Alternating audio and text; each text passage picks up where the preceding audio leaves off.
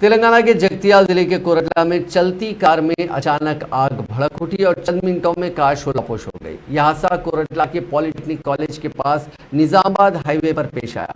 इस हादसे में कोई जानी नुकसान नहीं हुआ।